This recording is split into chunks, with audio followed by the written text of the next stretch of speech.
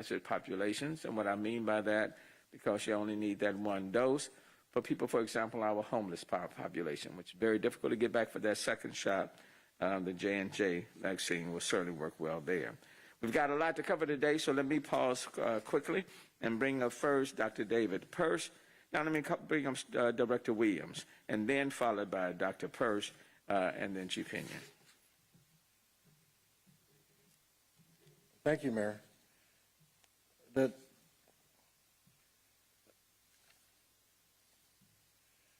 Today, our department is actually opening up and expanding our wait list.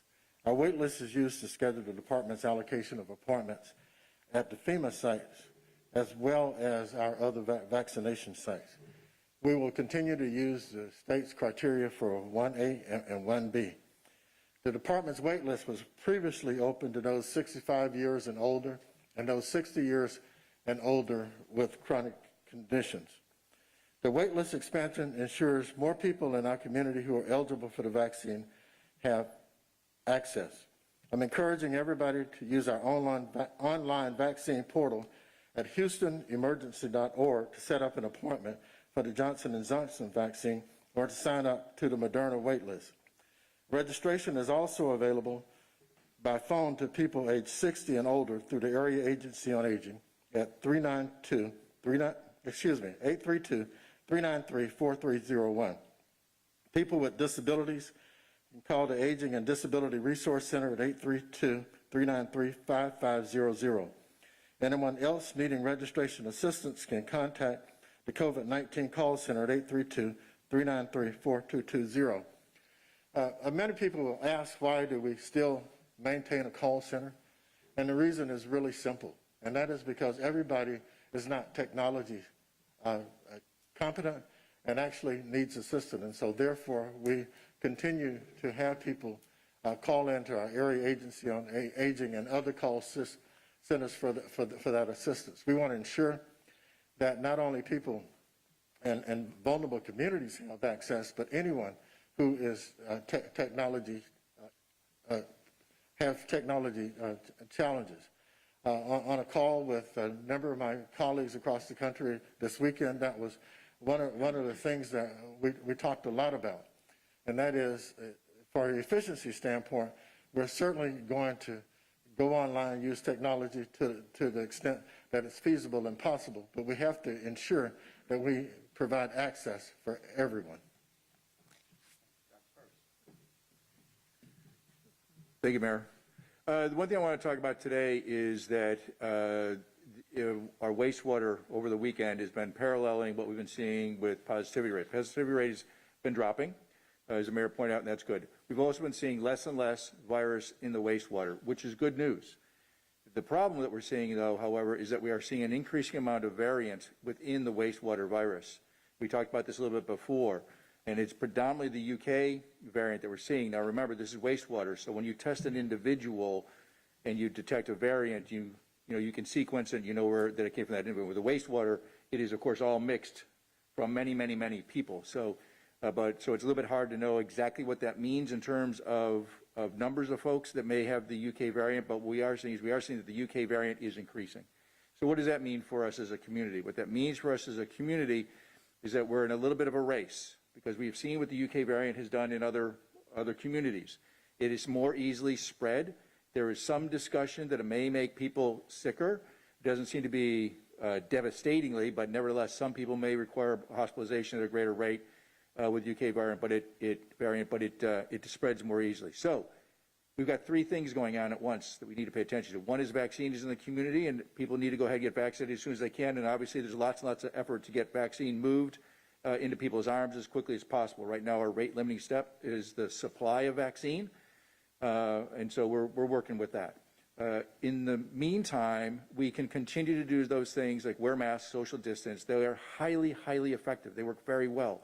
When we look at what happened from really October through January and February, as we had that wave, I think we all can see how that was probably, my opinion, is that was because we dropped our guard as the holidays, beginning with Halloween, and we started becoming lax with our behavior.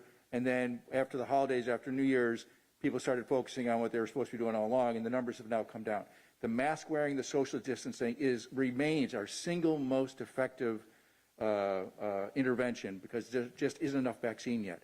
So we've got vaccines beginning to come to the community. We can still put our foot on the brake, but we need to do it, and we need to remain diligent and not take our foot off the brake, because the UK variant is clearly here in the community now, and it is spreading. So to some degree, we got a little bit of a race. Can we get our, can we keep these numbers down versus the UK variant exerting its impact? And the other thing along those lines I want to remind folks is that when the storm came, the winter storm came, the number of people getting tested obviously dropped down. We, in fact, had to close our testing sites because it was too cold. We need to get folks need to start getting tested again. Remember, certainly if you have symptoms and you get tested, you will learn whether or not you've been infected with the COVID. But 40% of people who are infected have no symptoms. And so it's really important for you to go and get tested, because the other part to keep in mind is that if you are infected, the person you are most likely to spread the virus to is a member of your own family. So protect your family members. The testing sites are up and operating again, and there's plenty of capacity there, because unfortunately our numbers are down. So take advantage of it. Go get tested and protect your family. Thank you, Mayor. I want to really quick give some positive news for the numbers for the Houston Fire Department. Today we are at 45 members of the Houston Fire Department in quarantine. That's down from over 200 just a few weeks ago. We did change our protocols for quarantine, and which has helped, and it's helped with having people available for staffing. We had over 727 firefighters that have tested positive for coronavirus to date. 27 currently, and they're all recovering at home. If I may switch gears just a little bit, Mayor, just to discuss, we got several calls of a smell of natural gas in the Clear Lake area. I want to assure the public that it's not a gas leak. We've gone out there and searched. We haven't found any source. We believe it's just the odorant that's added to the natural gas, the mercaptant. And this is a reminder: if you smell natural gas inside your homes, go outside. Do not use the phone. Do not flip any switches on or off. Go outside, use your phone, and call 911, and we'll go out there and evaluate the incident. Thanks. Thank you very much. And if you'll hold on to your questions, I just want to finish up a few other things, but I do want to highlight the 9,000 doses, the 6,000, the 9,000, 15,000, the 9,000 Moderna, the 6,000 J&J. That's in addition to what's happening at the mass distribution FEMA sites. I want to say that is in addition to, not a part of. As Houstonians began to access and address the costly damage caused by the recent extreme winter weather, the Houston-Harris County Winter Storm Relief Fund has raised now $7.1 million. And I want to thank the generous sponsors. Today, the fund is announcing that it will invest $1.65 million in emergency grants to support vulnerable families and individuals in critical need of home repairs due to busted pipes, water damage, and prolonged power loss during the recent freezing temperatures. Given the urgency for assistance, the fund's grants committee quickly approved this initial round of grants less than a week after the fund was launched, to help the most vulnerable in our community who are traditionally underserved and in need of emergency repairs. The Foundation and United Way are now accepting donations online at www.winterstormrelieffund.org. That's www.winterstormrelieffund.org. Those impacted by the storm and needing help can text Houston Freeze, or for Spanish, text Houston Ayuda to 898-211. Individuals will be texted back with eligibility and application guidelines. Today, I'm also pleased to announce that NBA All-Star MVP, philanthropist and entrepreneur Russell Westbrook, is donating to the Houston-Harris County Winter Storm Relief Fund. Even though Russell is no longer playing for the Houston Rockets, his love for this city continues. In fact, I talked to him at noon today, and he indicated this is still one of his favorite cities. And I want to thank Russell Westbrook for stepping up and for making his contribution. His $100,000 gift from the Russell Westbrook Why Not Foundation will help people repair their homes. So, Russell, thank you so very, very much. I look forward to continuing to play with you in the NBA. We now find ourselves talking about resilience every day, not just resilience to flooding, COVID-19, and the cascading impacts of that crisis, or intractable disparities and inequities, or to extreme weather, but resilience to the priorities and choices we have for generations. We prioritize thinking differently about this cycle after Hurricane Harvey by working with the stakeholders to develop actions that we needed to take to make Houstonians, our neighborhoods, our watersheds, our city, and our region more resilient. That roadmap, Resilient Houston, was released in February 2020, and today we release our Resilient Houston one-year report. I am proud to say in this unprecedented year, over 90% of the 62 actions in our plan are moving forward.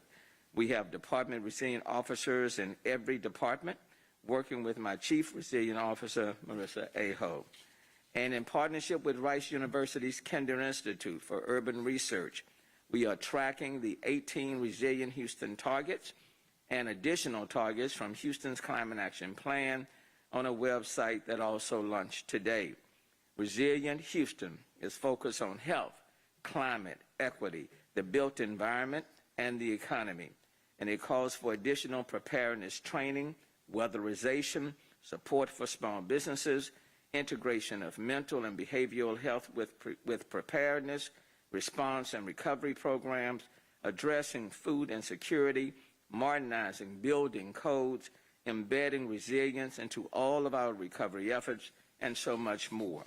Every action we take and investments we make should continue to improve our collective ability to withstand the unexpected shocks and disruptions when they arrive, like 2 weeks ago, from hurricanes to global pandemics to extreme heat or extreme cold. The time is now to stop doing things the way we have always done them because the threats are too unpredictable. The Resilient Houston one-year report shows great progress, especially for 2020, but we are just getting started. We need to invest in resilient infrastructure. We need to prepare our neighborhoods to withstand climate extremes, and we need to support all of our neighbors so that they can thrive.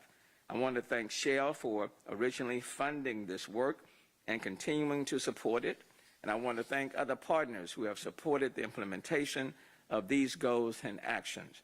And I am certainly thankful to all of those who work very closely with Marissa on building this Resilient Houston plan that aligns with our priorities and the work that we do and our collective efforts. Now let me bring up Marissa Aho. Thank you, Mayor. So we know that our most vulnerable people, places, and systems are disproportionately affected when there is any disruption, whether it be any of the disruptions that we have had lately. And so that's why we have this holistic approach to resilience. And I want to thank Mayor Turner for being such a leader when it comes to resilience and for solving for more than one thing and aligning all of our efforts. I also want to take this opportunity to join the mayor in thanking our supporters and implementation partners. I want to thank Rice University's Kinder Institute for Urban Research for help with tracking our targets. I want to give a shout out to our department resilience officers. It's been a pleasure to work with them since April on moving all of this work forward, and you can see we've moved a lot of it forward.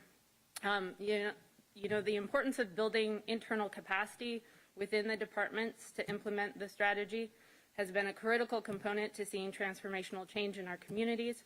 And this year, we look forward to working with many more partners to address these challenges.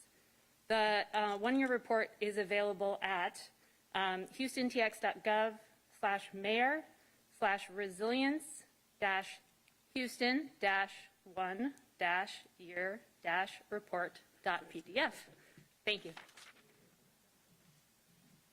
Thank you, Marissa. And look, all of these things are connected, from Harvey to Tropical Storm Imelda to the coronavirus, to even our social and civil unrest, to the winter storms. And it's about building resilience in all of our strategies. in our wastewater treatment facilities, in our building codes, in these communities that have been hard hit with busted water pipes and now no water, in our transportation sector. And so all of these things connect, and I want to thank certainly Marissa for her leadership and all of the stakeholders that have been working together to address this, to address climate action, and all of these extreme weather conditions that we are facing in the city. Now, at this point, let me yield, and I know we talked about several things in a short period of time, but any of these individuals are more than happy to take your questions. Thanks, Mayor. I was hoping to start on vaccines and the waiting list. So you mentioned you're expanding the waiting list. Is that just now everyone in 1A and 1B can sign up, or is anyone able to sign up for the waiting list? I knew that was going to be the first question. I told my staff I'm good.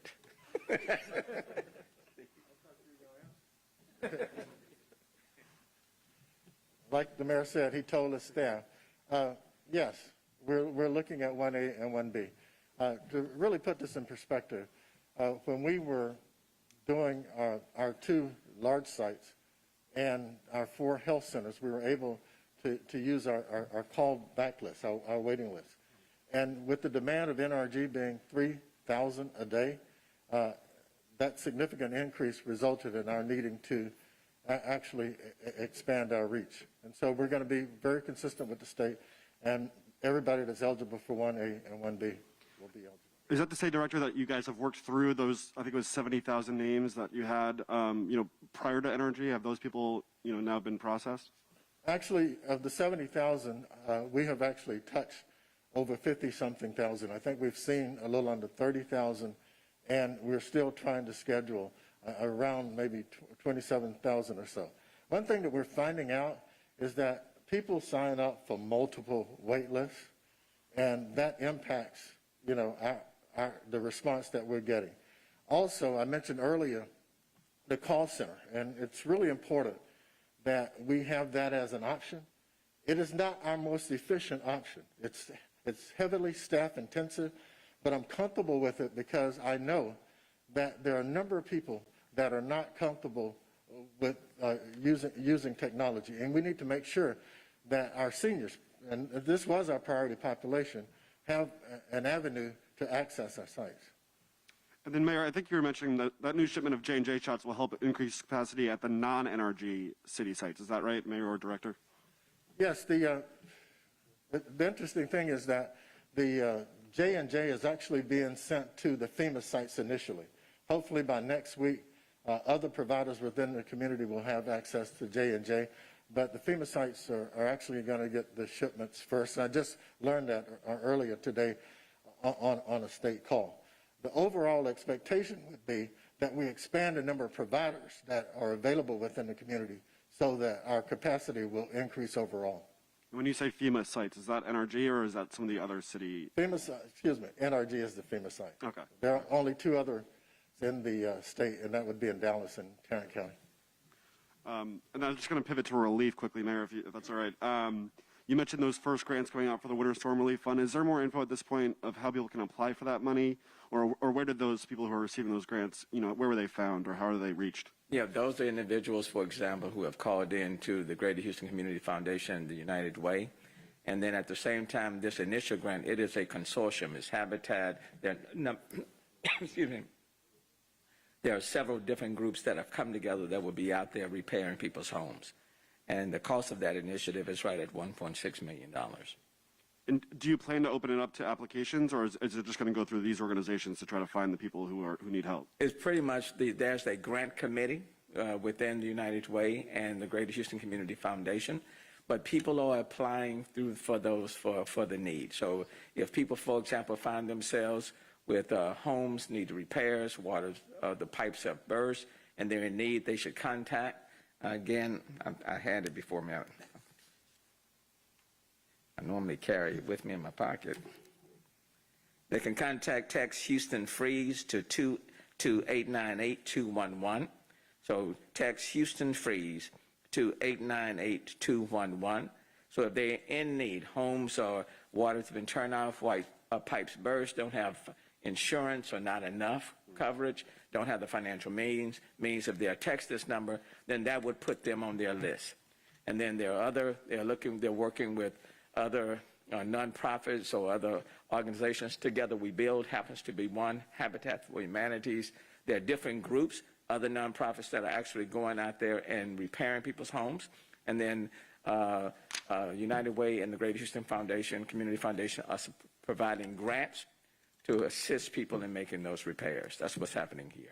And then my last question is, I know rent relief opened to tenants applications last week. Do you know how many people have applied so far, and when do you expect that money to start flowing I can out? get that number for you. I don't have it right before me, but I can get it to you before the day is out. Thank you so much. Thank you.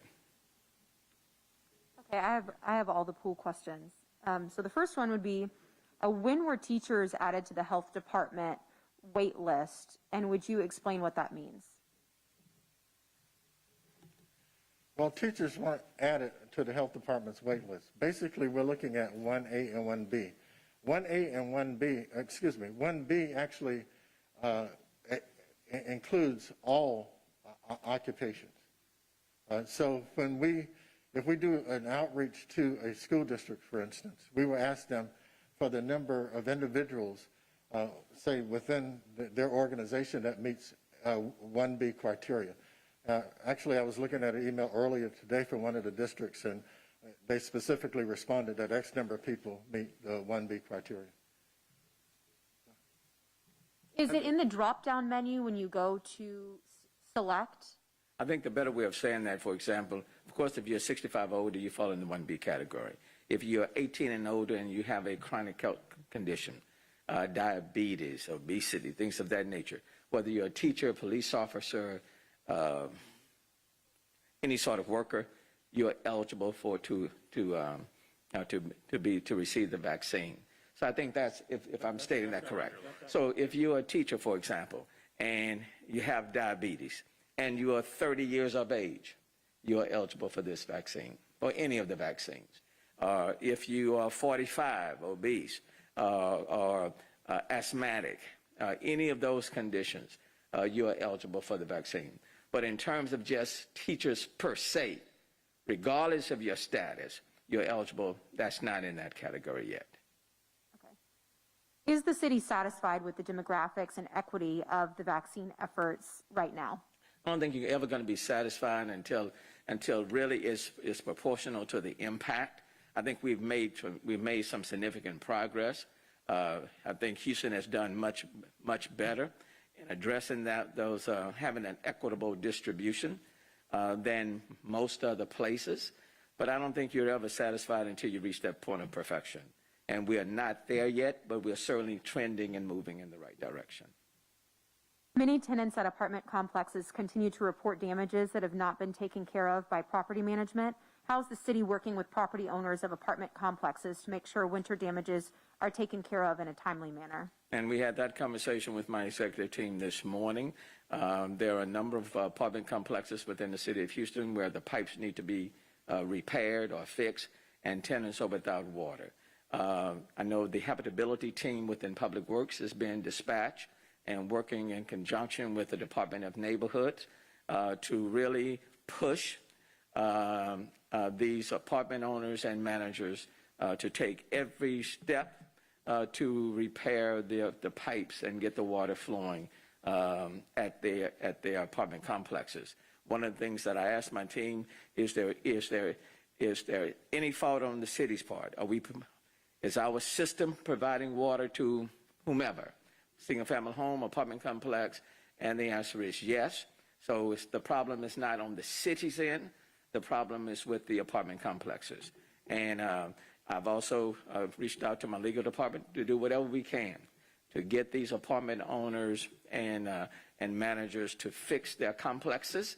And we will certainly be advocating for these tenants who are in conditions that simply are just not habitable. So we're very much concerned, and we're going to do everything we can to really encourage and push these apartment owners and managers to fix their properties. If someone finds himself in a situation without water after 2 weeks, what should they do? Call 311, and we'll do whatever we can to assist. I know my team and Councilmember Tasha Jackson, for example, in District B, and others were at an apartment complex on yesterday. providing water and food and other essential items. And we'll be prepared to step up and do the same thing to try to do everything we can to assist these tenants, these families, these individuals. 2 weeks is a long time, and that's why let me just say to apartment owners, to apartment managers in the city of Houston, please immediately move forward to make the necessary repairs, get the water restored. The water is available, but if there are busted pipes at these apartment complexes, they need to be fixed post haste because you're talking about not just one family, but a lot of families in these apartment complexes that are being adversely impacted, and it becomes a health crisis.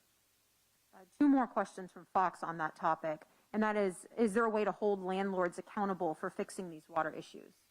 We're certainly going to look at every conceivable thing we can, and I've asked Arturo Michelle with the city's legal department to take a look at that. Public Works, the habitability team within Public Works will be out there taking a look at it. So look, I find it, how can I put it? It's just not healthy, neither is it safe, and neither is humane. These families have gone through a lot, no fault of their own. As I heard one couple say the other night on television, these apartment owners and complexes, they want their rent on time. And they still want their rent, even when there's no water. And that's just crazy. So what I would say to all of these apartment owners and managers, the city of Houston will do everything we can to hold people accountable within the confines of the law. But just fix your place, fix your complexes. And one more on this topic. Do you recommend people breaking their apartment lease and moving if they're without water still, or should they just keep waiting? Now say the question one more time. Do you recommend people breaking their apartment lease and moving if they're without water still, or should they keep waiting? Well, let me not render a legal opinion here. Let me just say, as the mayor of the city of Houston, I expect the apartment owners and the apartment managers to do the right thing.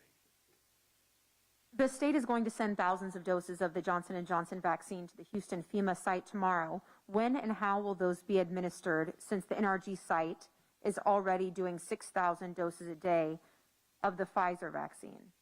Well, I'm hoping that those that will be sent there will be reassigned, but let me leave it up to the director to see if he's got a different answer. No, Mayor, I don't have a different answer. Actually, they will go to NRG because it is a FEMA site. But what we're looking at is actually choosing one of our other sites to distribute those doses. One thing that's uncertain, we know that those doses are coming this week, but we don't know what the frequency of that will be. Overall, our expectation would be that in the long run, we integrate J&J into a broader system of delivery and administration for vaccine.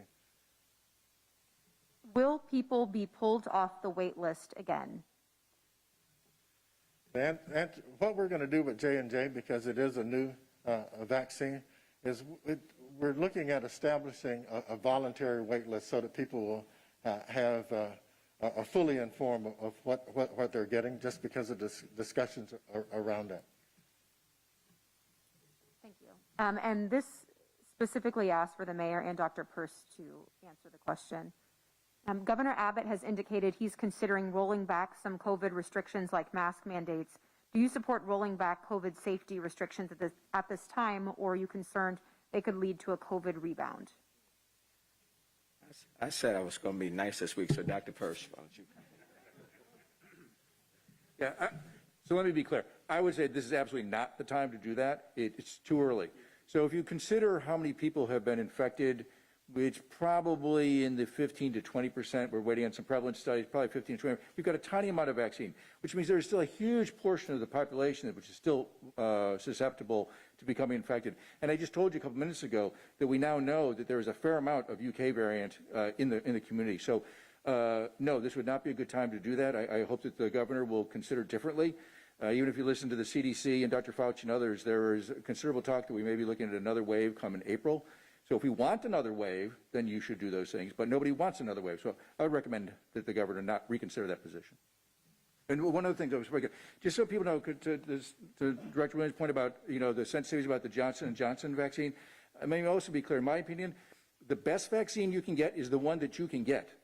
All right? The Johnson & Johnson vaccine is highly effective, but it's being compared to the Pfizer and Moderna, which are just way more effective than people had ever anticipated, in the 90% range. That's just way higher than anyone had ever been expected. So now as we're looking at Johnson & Johnson, which is in this, the 75% range effectiveness, that is a very, very effective vaccine.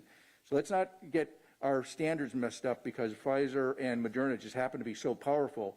The Johnson & Johnson vaccine is an excellent vaccine, and if you can get it, you should. And any vaccine that'll keep you out the hospital and keep you alive is worth getting. So don't hesitate. And then let me and I wanted you to hear from Dr. Peirce before I answer that, because I don't want enough of the making it political. But this is not the time to take the mask down. Okay, quite frankly, it's just like I reported over 700 new cases of this virus today and 7 new deaths. These numbers are real. These numbers are real. And it's only to the point where we are saying no person has died, and you're into the single digits.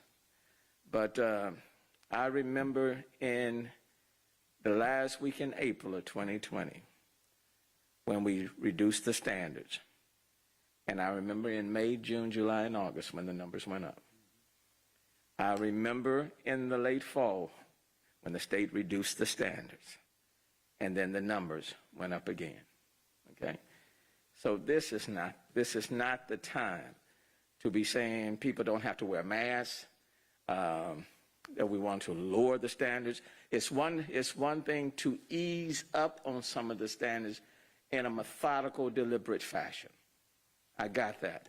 But my main concern would be taking these masks off or saying you don't have to wear the mask. I think we can ease the standards in other areas. As I look to ease some of the standards later on this month in March when it comes to Little League's playing baseball, things of that nature, some of our parks and recreational facilities. But I do encourage people to keep these masks on, okay? So feel very strongly about that. There was a question in reference to the, I'm sorry. I'm done. Okay. And then with respect to the rental assistance program, in terms of new tenants applying, that number is 14,075. In terms of those being rolled over from previous wait lists, that number is 9,734. So roughly 24,000 people are being served in the rental assistance program, and then over 8,700 landlords have applied for the program. Okay. I think, yes, sir. And I do want at some point, Councilmember Robinson, to at least say some of this in Spanish, if you don't mind. On the winter storm, do y'all have any better idea as far as how many people are still impacted by this? Don't have water, busted pipes. I don't know if the city has a better, as far as any kind of figures, or if not, where the greatest impact is right now. What areas of town, what neighborhoods are the ones that are being hardest hit right now? It's kind of all over. I asked Director Haddock that same question this morning, whether or not we could look on our system and get up a specific number.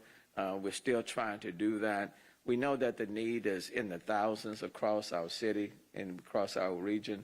It's just like on the mass distribution water food site that we set up over 24 hours on Sunday. And more than 3,000 cars came through that one site yesterday. That points out the tremendous need, and that was on the north side. There are still a number of apartments that are without water, single-family homes, for example, with busted pipes.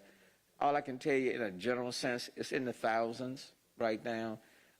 We're trying to quantify that number And once we're able to quantify it, we certainly will make it available. I guess would it be correct to say that as far as those residence areas that are still being impacted, are these some of the communities of color here, the communities that the lower income communities that have disproportionately been impacted by disasters in the past? I think that's fair to say that there certainly is a disproportionate impact in many of these communities of color.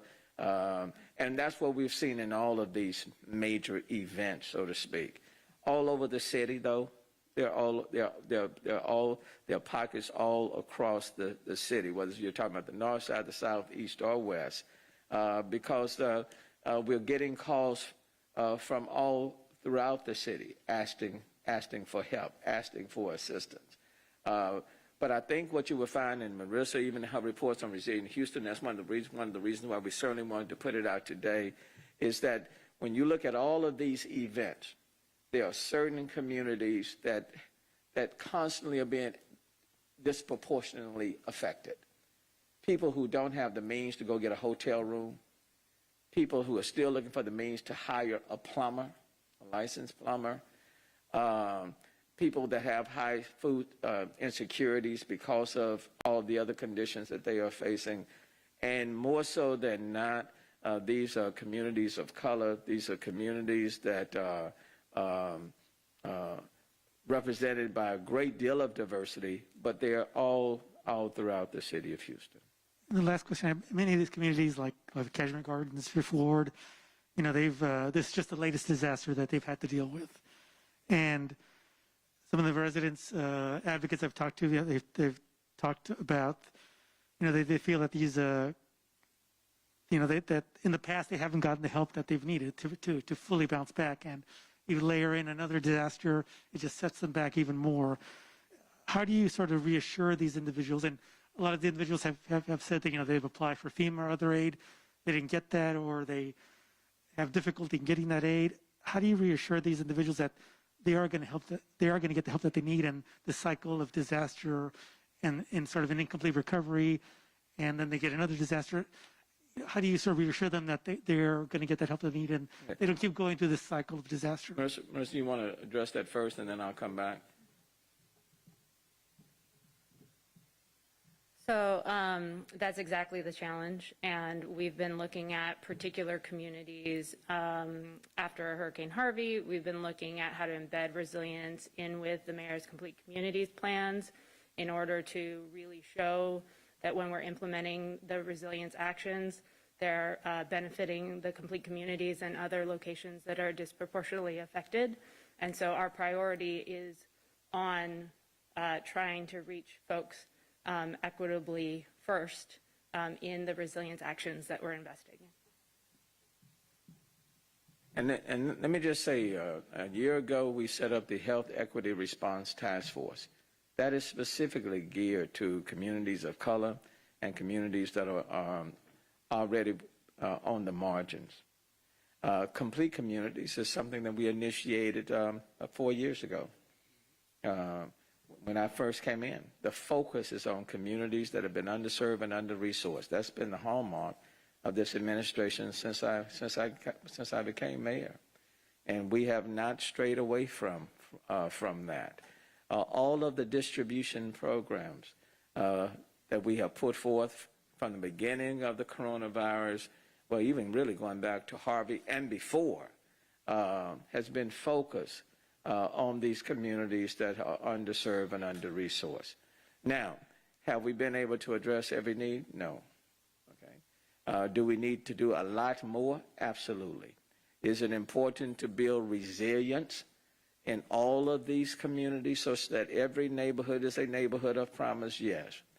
Have we said that to people in our city, that regardless of your ethnicity, your language, your faith, your social economic status, that we hear you, see you, and we want to respond? Yes. But our job is far from complete. Far from complete. And I want to acknowledge that. Just like a lot of these people who are stuck in these apartments without running water, they're there because they have limited means. Otherwise, if they had the means, they would pack up and go someplace else. Okay?